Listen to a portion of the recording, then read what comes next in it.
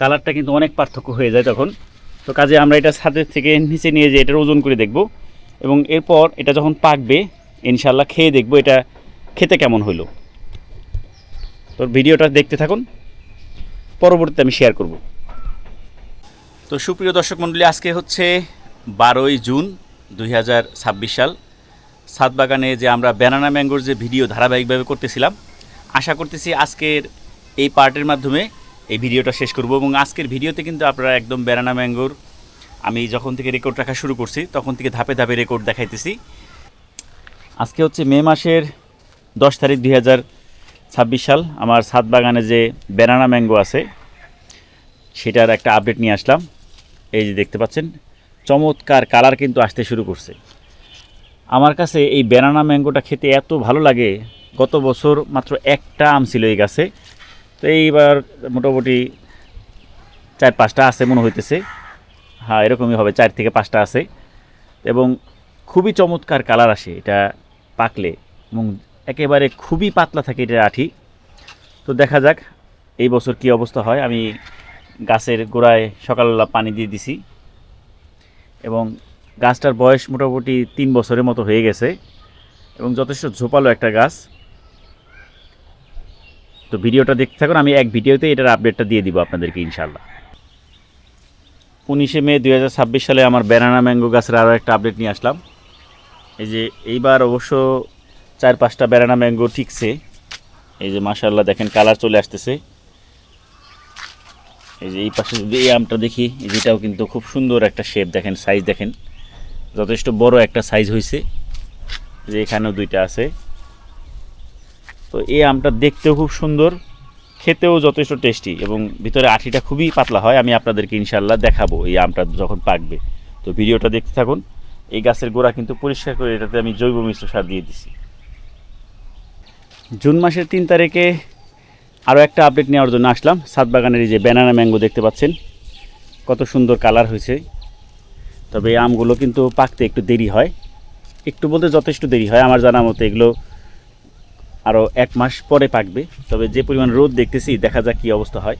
এই নিচ দিয়ে কয়েকটা আছে ব্যানানা ম্যাঙ্গো। তো এটা একটা 15 গ্যালনের জিও ব্যাগে আছে। তো দেখা যাক এই আমগুলো যখন পাকবে, আমি যদি বেঁচে থাকি ইনশাল্লাহ আপনাদের সাথে আমি এক ভিডিওতেই শেয়ার করব। দেখতে থাকুন।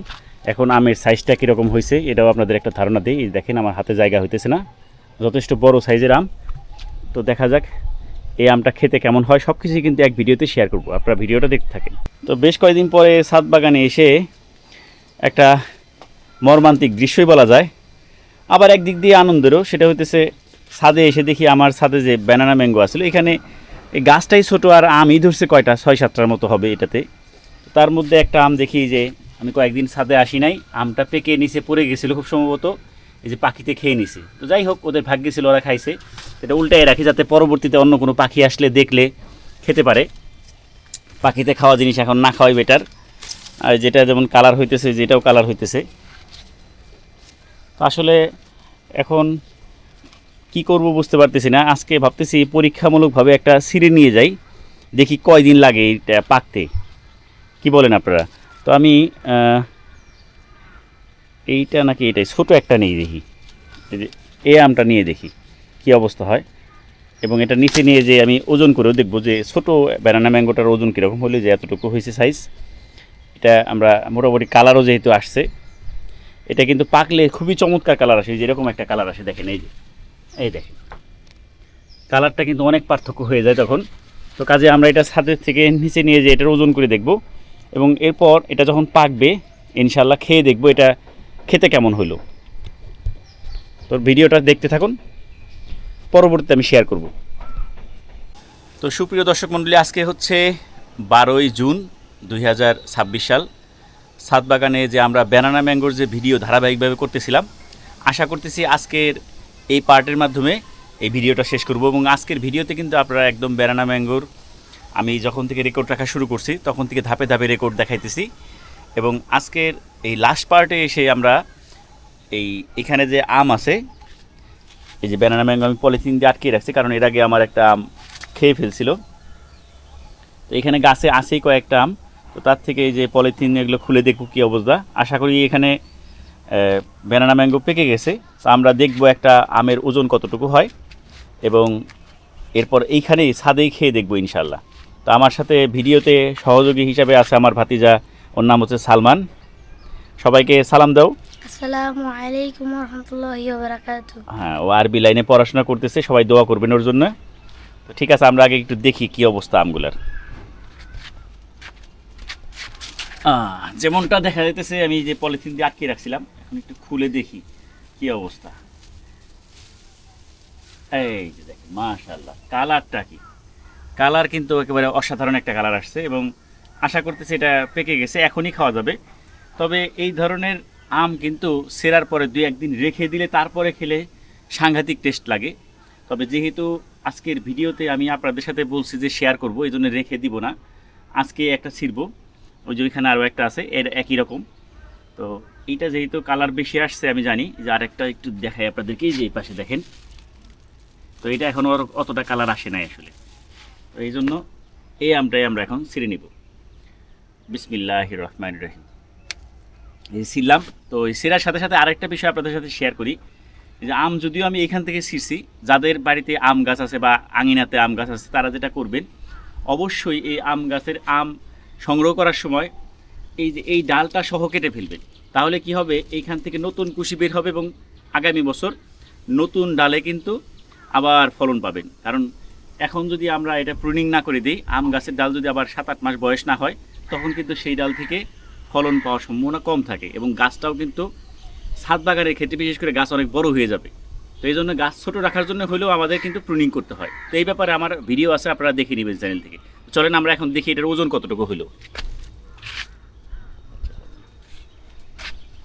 তো যেমনটা দেখতে পাচ্ছেন, এখানে কিন্তু আমি ওজন স্কেল সহ নিয়ে আসছি, যেটা 0 করা আছে। আর এই যে হচ্ছে আমার হাতে ব্যানানা ম্যাঙ্গো।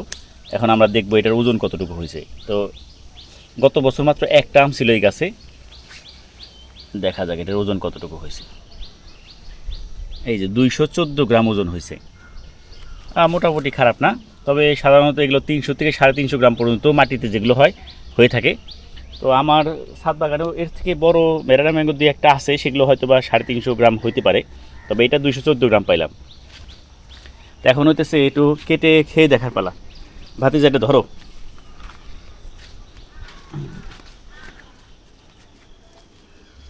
যেহেতু আমটাতে প্রচুর কষ, কারণ আপনাদের সামনেই ছিলাম, একটু ধুয়ে নিয়ে গেছে। এটা আসলে 2 দিন রেখে দিলে অরিজিনাল যে টেস্ট সেটা পাওয়া যেত। এই দেখেন, কালারটা কিন্তু ওইভাবে এতটা আসে নাই। কারণ কি, এটা আরও 1-2 দিন যদি বাসায় রেখে দিতাম, তাহলে এটার যে জেনুইন টেস্ট বা আমটা একটু নরম হইতো, খেতে অনেক ভালো লাগতো। তো তারপরেও এই অবস্থায় খেয়ে দেখি কী অবস্থা, কেমন লাগতেছে খেতে। বিসমিল্লাহির রহমানির রহিম। তো সালমানকে একটু দিয়ে দেখি, ও একটু খেয়ে বলুক যে এটা রিভিউ দেখ কেমন লাগলো।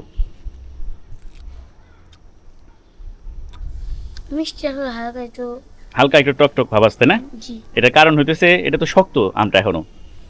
এই আমটা যদি আমরা 2 দিন রেখে দিতাম বাসায়, এরপরে খাইতাম, তাইলে কিন্তু ওই অরিজিনাল যে টেস্ট এটার, সেটা পাওয়া যেত। তো যাই হোক, আজকের ভিডিওর মাধ্যমে আমরা এই ব্যানানা ম্যাঙ্গোর যে বিশেষ পর্বটা এটা শেষ করলাম এবং আপনাদের সামনে কিন্তু আমি এটা ওজন করে দেখাইলাম এবং আমগুলো দেখতে কেমন হয় এবং দেখেন কতটা পাতলা, কিন্তু এটার আঁখি কিন্তু খুবই পাতলা হয়। তো ভিডিওটা ভালো লাগলে লাইক, শেয়ার এবং কমেন্ট করতে পারেন এবং আমাদের হারুন ব্লগ বিডি চ্যানেলটা যদি আপনারা সাবস্ক্রাইব করে না থাকেন, তাহলে সাবস্ক্রাইব করে পাশে থাকা বেল আইকনটিতে ক্লিক করে রাখবেন। ধন্যবাদ সবাইকে।